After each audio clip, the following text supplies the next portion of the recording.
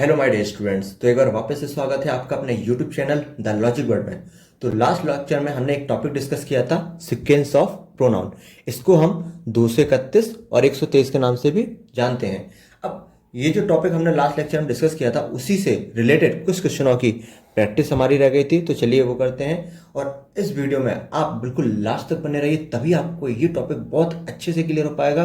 और अगर आपको ये वीडियो अच्छा लगता है तो प्लीज़ वीडियो को लाइक करना और चैनल को सब्सक्राइब करना ना भूलें। तो चलिए शुरू करते हैं। अब ये जो टॉपिक हमने पढ़ा है, तो इसका कुछ कंक्लूजन है। तो चलिए वो कंक्लूजन हम टॉपिक को डिस्कस करने से पहले देख लेते हैं कि क्या कंक्लूजन है,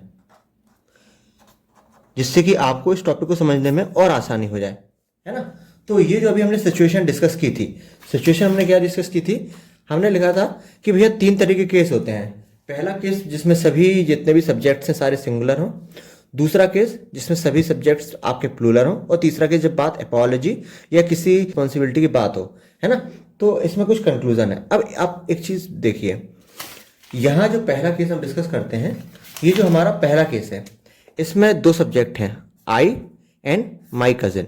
ये जो आई होता है ये आपका फर्स्ट पर्सन सिंगुलर होता है, और माई कजिन ये आपका नाउन है, ये आपका थर्ड पर्सन सिंगुलर है। अब दोनों ही केसेस में ये सिंगुलर है, ठीक है। अब आई जो है, आई आपका क्या है, फर्स्ट पर्सन सिंगुलर है। यह हमेशा सीक्वेंस में लास्ट में ही आता है। ये जो आपका आई होता है ना, आई, यह आपका फर्स्ट पर्सन सिंगुलर होता है। यह हमेशा सिचुएशन कोई सी भी हो, यह हमेशा लास्ट में ही आएगा। अब आई को फर्स्ट में तभी लिखा जा सकता है, यानी कि स्टार्टिंग में तभी लिखा जा सकता है जब, मैं लिख देता हूं, जब या तो बात किसी रिग्रेट को अपॉलॉजी करने की हो, या किसी रेस्पॉन्सिबिलिटी को बेयर करने की बात। यानी कि आई को शुरुआत में तभी लिख सकते जब या तो बात आपकी अपॉलॉजी की हो या किसी रेस्पॉन्सिबिलिटी की बेयर करने की हो। अदरवाइज जो आई है आपका, वह हमेशा लास्ट में ही आएगा, है ना। इतनी बात क्लियर है। अब इसके अलावा फर्स्ट पर्सन में ही एक और प्रोनाउन होता है, बी। इसको भी समझ लेते हैं।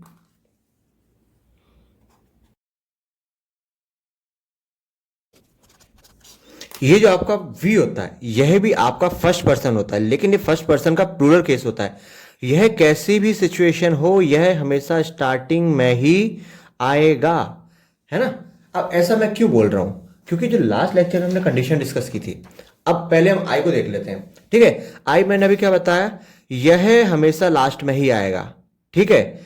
अब यह शुरुआत में कब आ सकता है, आई को शुरुआत में तभी लिख सकते हैं, कब, जब या तो आप अपॉलॉजी की बात कर रहे हैं या रेस्पॉन्सिबिलिटी की बात कर रहे हैं, तभी आई आपका शुरुआत में आएगा, है ना। शुरुआत में तभी लिख सकते हैं जब बात अपॉलॉजी या रेस्पॉन्सिबिलिटी, अदरवाइज आई आपका हमेशा लास्ट में ही आएगा। अब वी जो होता है, ठीक है, यह आपका फर्स्ट पर्सन प्लूरल होता है। अब मैंने एक चीज देखो, फर्स्ट पर्सन और प्लूरल, है ना, बात प्लूरल की हो रही है। प्लूरल में आई हमेशा, प्लूरल में जो फर्स्ट पर्सन होता है वह हमेशा स्टार्टिंग में ही होता है, ठीक है। इतनी बात आपको याद रखनी है। तीसरी चीज हमें डिस्कस करनी है। तीसरा केस ये है, जो सेकंड पर्सन होता है वो थर्ड पर्सन से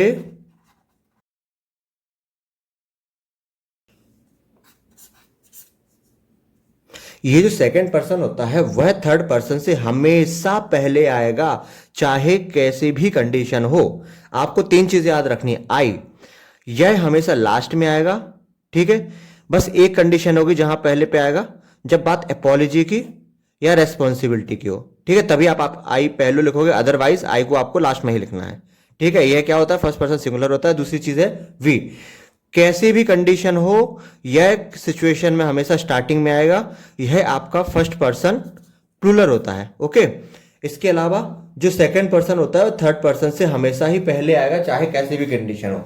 ठीक है, तो चलिए हम इन क्वेश्चनों को डिस्कस करते हैं। अब एक चीज देखिए, आई है, फर्स्ट पर्सन सिंगुलर है, माई कजिन है सिंगुलर है, ये थर्ड पर्सन सिंगुलर है। मैंने अभी क्या बताया, यहां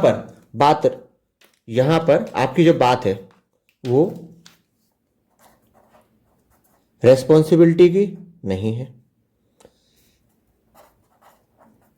एपोलॉजी की नहीं है, क्योंकि बात केसेस यहां सिंगुलर है, तो सिंगुलर केसेस में आई फर्स्ट पर्सन सिंगुलर है, हमेशा आई लास्ट में ही आएगा। लेकिन यहां पर आई स्टार्टिंग में लिखा हुआ है, तो ये सीक्वेंस आपका गलत है, ये हो जाएगा आपका माई कजिन एंड आई। ठीक है, ये आपका सही आंसर हो जाएगा। अब सेकंड डिस्कस करते हैं। यहां सब्जेक्ट है आपका दे और यहां पे है यू। अब दे आपका क्या होता है, थर्ड पर्सन प्लूरल। जब ये प्लूरल है तो आपका ये भी प्लूरल कहलाएगा, क्योंकि यू आपका सेकंड पर्सन होता है, ये भी आपका प्लूरल है। अब बात यहां पे सेकंड और थर्ड पर्सन की हो रही है। मैंने थर्ड में लिखवाया है कंक्लूजन में, चाहे कोई सी भी कंडीशन हो, सेकंड पर्सन हमेशा ही आपका थर्ड पर्सन से पहले आएगा। तो यहां सेकंड पर्सन से बाद में लिखा है, कंडीशन कोई सी भी हमें देखनी नहीं है, जब सेकंड और थर्ड की बात हो तो सेकंड आपका हमेशा ही पहले आएगा।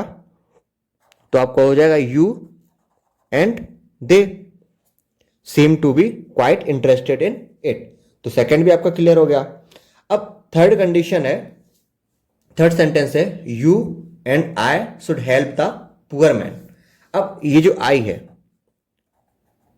फर्स्ट पर्सन सिंगुलर है, तो ये भी आपका सेकंड पर्सन सिंगुलर हो जाएगा। ठीक है, अब यहां एक सेंटेंस को जब हम आगे बढ़ेंगे तो हम देखेंगे शुड हेल्प द पुअर। अब शुड हेल्प द पुअर यानी कि हम गरीबों की मदद करनी चाहिए, हमें भी तुम्हें भी। ये एक रेस्पॉन्सिबिलिटी को शो करता है। ये किसको शो करता है, रेस्पॉन्सिबिलिटी को। और अभी मैंने बताया आई को शुरुआत में तभी लिख सकते हैं, कब, जब बात या तो एपोलॉजी की हो या रेस्पॉन्सिबिलिटी को। तो यहां तो बात रेस्पॉन्सिबिलिटी की हो रही है, तो यहां पर आप आई को स्टार्टिंग में लिखना पड़ेगा। तो यू, आई एंड यू, ये आपका आंसर हो जाएगा। और फोर्थ सेंटेंस है, fill in the blank, have designed this building. अब यहां पर आप देखो, सारे जितने भी केसेस पढ़े यहां पे सब क्लियर हो जाएंगे आपको कॉन्सेप्ट अच्छे से। यहां पर रेस्पॉन्सिबिलिटी की बात हो नहीं रही है, यहां एपोलॉजी की बात नहीं हो रही है, ना तो रेस्पॉन्सिबिलिटी की बात हो रही है ना ही एपोलॉजी की बात हो रही है। और जब ये दोनों बात होती है तो आई शुरुआत में होता है, ऐसी कोई बात होती नहीं है तो आई आपका शुरुआत में आएगा नहीं। तो जहां पे जब आई को शुरुआत में कब लिख सकते हैं, जब बात एपोलॉजी की हो या रिस्पॉन्सिबिलिटी को, यानी कि जब बात एपोलॉजी हो या रिस्पॉन्सिबिलिटी हो, आई तभी शुरुआत में आएगा। ना तो रिस्पॉन्सिबिलिटी की बात है ना ही एपोलॉजी की बात है, तो इन दोनों ही केसेस में की वजह से आई शुरुआत में आएगा नहीं। तो जहां जहां पे भी आई स्टार्टिंग में हो, आपके केस गलत हो जाएंगे। यहां ये स्टार्टिंग में है, ये केस आपका गलत हो गया है ना, तो ये होगा नहीं। दूसरी चीज, सेकेंड पर्सन थर्ड पर्सन से हमेशा ही पहले आएगा, ये कंडीशन कैसी भी हो। अब यहां पे पहला सेंटेंस है, यहां पे सेकेंड थर्ड के पहले है, और आई ये जो आपका थर्ड पर्सन है और यू आपका सेकंड पर्सन है, यहां पे तो थर्ड पर्सन सेकंड पर्सन से पहले आ गया, तो ये तो पॉसिबल ही नहीं है ना। ये तो आपका पॉसिबल ही नहीं है, क्यों, क्योंकि सेकंड पर्सन हमेशा ही थर्ड पर्सन से पहले आएगा, तो ये केस भी आपका नहीं होगा। यहां पे भी आपका थर्ड पहले है, यहां सेकंड आपका बाद में, जबकि सेकंड हमेशा ही पहले आएगा थर्ड से, तो ये केस भी आपका नहीं होगा। यहां पे भी आप देखिए, यहां पे भी थर्ड पहले है और सेकंड बाद में है, तो ये केस भी आपका नहीं होगा। आपके दो ऑप्शन बचे, ए एंड डी। अब मैंने क्या बताया, फर्स्ट हमेशा ही लास्ट में आएगा, बिल्कुल एंड में, या तो एंड में आएगा या स्टार्टिंग में आएगा, बीच का आई का कोई लफड़ा ही नहीं है ना। अब रिस्पॉन्सिबिलिटी वगैरह की बात होगी नहीं, हो नहीं रही है, तो आई पहले आएगा नहीं, तो आई को कहाँ आना पड़ेगा, लास्ट में, लेकिन आई यहां बीच में है, तो आपका ये केसेस भी नहीं होगा।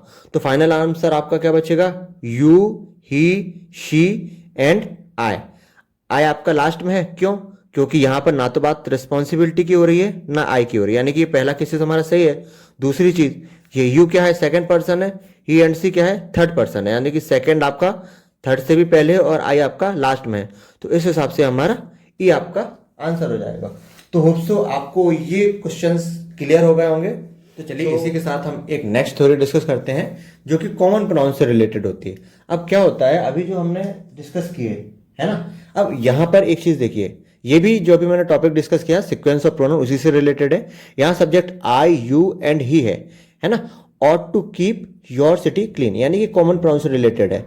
अब एक चीज देखिए, कॉमन प्रोनाउन का क्या मतलब है, यहां पर मैंने लिखा है योर सिटी क्लीन, और दूसरा सेंटेंस है you and they should mind their own business. So common pronoun हमारा इस वर्ड से रिलेटेड है, ठीक है। अब एक बात बताइए, आई क्या है आपका, फर्स्ट पर्सन, यू क्या है आपका सेकंड पर्सन, एंड ही क्या है आपका थर्ड पर्सन, यानी कि मल्टीपल प्रोनाउन है, ठीक है। अब हमें यहां पर इसका ऑट टू क्या है, एक रेस्पॉन्सिबिलिटी की बात होती है। Ought to keep your city clean, ये आपकी रिस्पॉन्सिबिलिटी कि आपको अपनी सिटी को क्लीन रखना है ना।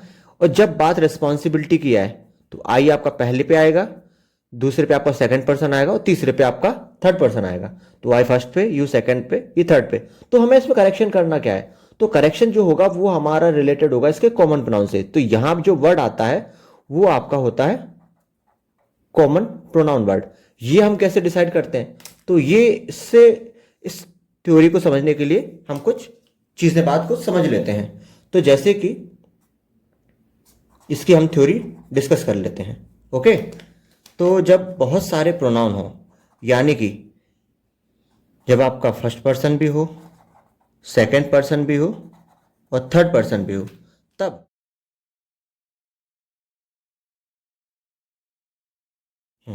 जब आपके सामने बहुत सारे प्रोनाउन हो और आपको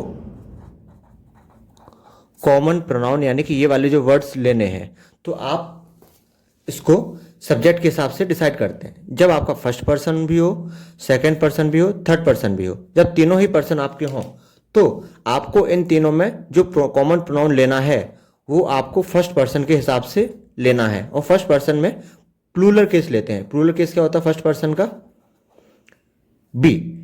वी आपका फर्स्ट पर्सन का प्लूरल केस है। तो आपको जब तीनों ही प्रोनाउन हो, फर्स्ट भी हो, सेकंड भी हो, थर्ड भी हो, तो आपको फर्स्ट के हिसाब से लेना उसका प्लूरल केस यानी कि वी लेना है। जब आपका फर्स्ट पर्सन प्रोनाउन ना हो, यानी कि आपका second person and third person pronoun हो, तो आपको जो कॉमन प्रोनाउन सिलेक्ट करना है वो सेकंड पर्सन के हिसाब से उसका प्लूरल केस यू डिसाइड करना है, ठीक है। अब जब आपका फर्स्ट भी ना हो, सेकंड भी ना हो और आपके थर्ड पर्सनल प्रोनाउन हो, तो थर्ड में आपको उसका प्लूरल केस दे यूज करना है। अब आप चलिए हम क्वेश्चन को समझते हैं। अब इसमें है आई यू एंड ही, फर्स्ट भी है, सेकंड भी है, थर्ड भी, अब कॉमन प्रोनाउन आपको लेना है। तो मैंने पहले ही बताया कि जब तीनों ही प्रोनाउन, तो आपको फर्स्ट के हिसाब से यानी कि फर्स्ट पर्सन के हिसाब से उसका प्लूरल प्रोनाउन लेना है। और फर्स्ट का प्लूरल प्रोनाउन क्या होता है फर्स्ट पर्सन का, वी। तो आपको इन तीनों में जो कॉमन प्रोनाउन लेना है वो इन तीनों का कॉमन प्रोनाउन क्या आएगा, फर्स्ट के हिसाब से आई का कॉमन प्रोनाउन होता है वी। अब वी का यहाँ पर पॉजिटिव केस आएगा। वी का पॉजिटिव केस क्या होता है, अवर। हमने सेकंड लेक्चर में डिस्कस किया था, तो अगर जिसको ये चीज़ समझनी हो तो आप सेकंड वीडियो को प्रेफर कर लेना। सेकंड क्वेश्चन है ना, तो यहाँ पर योर की जगह क्या हो जाएगा आपका अवर, वी के हिसाब से। फर्स्ट कॉमन प्रोनाउन वी और वी के हिसाब से क्या आ जाएगा आपका अवर।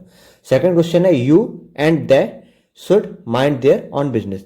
अब यहाँ पर सेकंड है और थर्ड है, सेकंड और जब थर्ड हो तब हमें सेकंड के हिसाब से कॉमन प्रोनाउन क्या लेना है, इन दोनों का कॉमन प्रोनाउन आएगा आपका यू, और यू के हिसाब से यहाँ का पॉजिटिव किस क्या आ जाएगा, योर। तो ऑप्शन हो जाएगा यू एंड दे का common pronoun you should mind your on business.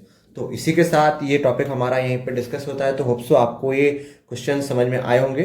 तो इसी के साथ हम मिलेंगे नेक्स्ट टॉपिक के साथ नेक्स्ट लेक्चर में। So thank you guys, tata bye bye.